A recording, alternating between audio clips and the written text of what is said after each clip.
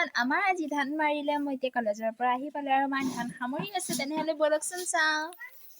এয়া আমাৰ মায়ে দেখিছে এইফালে ধান আৰু এইয়া হৈছে খেৰ, মেচিনতে মাৰা হ'ল।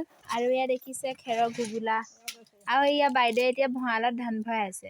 এইখন ভাঙি থাকিলচোন চালিখনো ভাঙি থাকিল আজি। আমাৰ যে গাঁৱলীয়া মানুহবোৰৰ কামৰ একদম উৰে নপৰে নহয় জানো। এয়া দেখিছে নহয় ধান ভৰাবলগীয়া হৈছে। এতিয়া পিছে আমাৰ গাঁৱৰ সকলোৰে এয়াই ব্যস্ততা ধানৰ। গৰু পিছে এৰি দিব পৰা হ'ল, এতিয়া গৰুবোৰ এৰাল দিবলগীয়া নহয়। এতিয়া চাগে খেতি কৰা সকলোৰে এয়াই ব্যস্ততা, ধান ৰ'দত দিয়া, খেৰ সোমোৱা নহয় জানো। আপোনালোকেও চাগে এয়াই ব্যস্ততা হৈ আছে। তাৰপিছতে ধুনীয়াকৈ গোটেইখিনি সামৰি ল'লোঁ। আৰু এয়া ভণ্টিয়ে টেঙা অকণমানো কাটিলে, টেঙা অকণমানো খাবলৈ মন গ'ল, টেঙা অকণ খাই ল'লোঁ। আৰু আপোনালোকৰ পিছে লোভ লাগিছেনে নাই ক'বচোন। আৰু এয়া ক'লা নিমখ অকণমান দি দিছোঁ, ধুনীয়াকৈ তৃপ্তিৰে খালোঁ। আৰু জাৰকালি এয়া প্ৰথম জুইকুৰা আমি ধৰি ল'লোঁ। আৰু তেনেহ'লে আজিলৈ আহোঁ, ৰং বই বই।